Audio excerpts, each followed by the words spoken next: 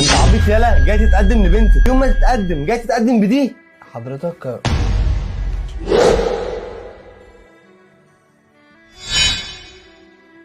حضرتك انا كان يعني إيه، انا جاي عشان انا بحبها وكده، فكرتك انك بتشتري راجل، وانا يعني مرتبة على قد حالي. انا مرتبة 3000 جنيه بس، والله انا مش جاي طمعان في حاجة، بس حضرتك انت عارف حال الشباب اليومين دول، وان مش احلى حاجة وكده، والحياة صعبة. فانا كنت اللي كان اقدر اجيبه، وجبت دبلة قبل ما اجي عشان اجي اخطبها من حضرتك. ليه رفضتني؟ 3000 جنيه اللي انت بتتكلم فيهم، 3000 جنيه انت بتتكلم فيهم دول، ده مصروف يوم بالنسبه لها. اما الدبله دي انت تروح تديها لامك.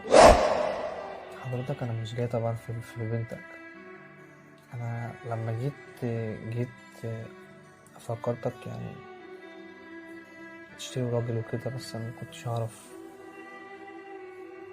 حضرتك يعني.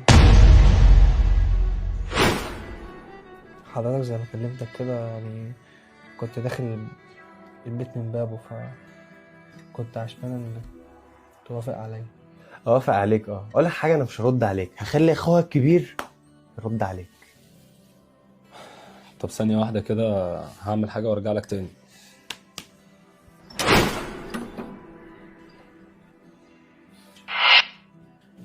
ايه في ايه؟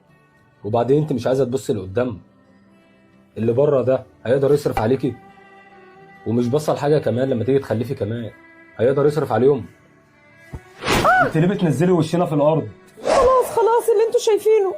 وحياة امك انا طالع لهم دلوقتي، لو حسيت انك بتكلمي الواد ده ورب الكعبة هفرمك انت وهو يا بت، هفرمك.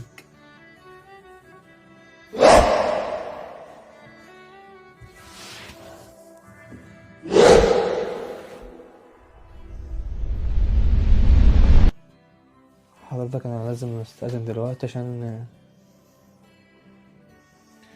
جيت في وقت مش مناسب وكده، فانا هضطر امشي.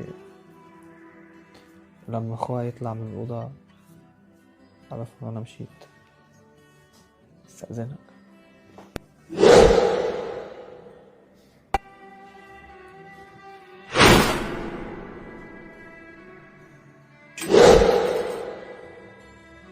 اترفضت صح؟ جالك كلامي؟ النهارده يا كسبر اكتر يوم اتوجعت فيه النهارده. الانسان اللي بحبها ابوها رفضني.